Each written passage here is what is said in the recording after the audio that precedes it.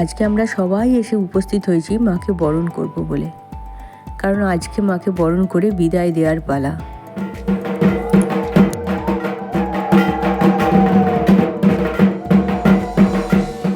সবাই আমরা বরণ করা হয়ে গেলে মাকে সিঁদুর পরিয়ে মিষ্টি জল খাওয়ায়, যাতে সবাই ভালো থাকে, সামনে বছরে যেন এইভাবেই থাকতে পারি সবাই, মায়ের কাছে এই প্রার্থনা করি।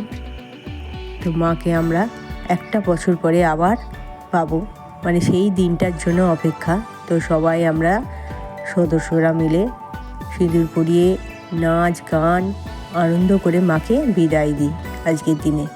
মনটা যদিও ভারাক্রান্ত থাকে আজকে, যে আজকের দিনটার পরে হয়তো কালকে অন্যরকম একটা আমাদের পুজো প্যান্ডেলে পুরো ফাঁকা লাগবে যখনই আসবো, কিন্তু বিদায় তো দিতেই হবে মাকে। আবার একটা বছরের অপেক্ষা, মানে 365 দিনের আবার অপেক্ষা।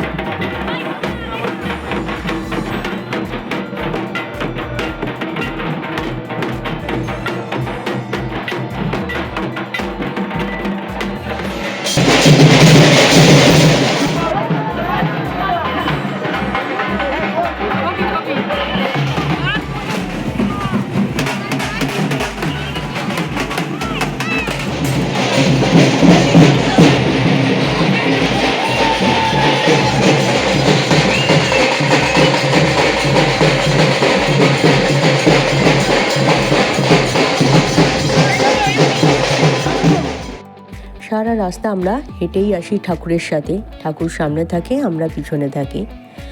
আমরা এখন গঙ্গায় এসে উপস্থিত হয়েছি।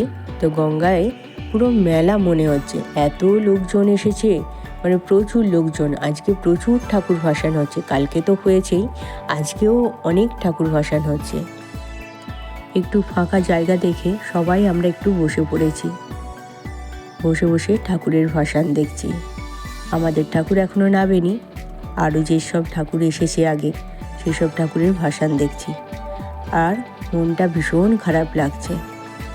ঠাকুর জলে পড়ার সঙ্গে সঙ্গেই কাঠামোগুলোও তুলে ওপরে রেখে দেওয়া হচ্ছে, কারণ যাতে গঙ্গার জল দূষিত না হয় সেই কারণে। আর এত দামি দামি ঠাকুর সব জলে পড়ে যাচ্ছে, সত্যিই ভীষণ ভীষণ খারাপ লাগছে। আর এই 4টে দিন তো আমরা ভীষণ আনন্দ করি, আর মাকে যখন জলে ফেলা হচ্ছে সেটা তো একটা খুব কষ্টেরই ব্যাপার, খুব কষ্ট, কিন্তু কিছু করার নেই, আজকে মাকে বিদায় দিতেই হবে। সবারই মন ভারাক্রান্ত, আসছে বছর আবার এসো মা। বিজয়ার তৃতীয় শুভেচ্ছা জানাই সকলকে।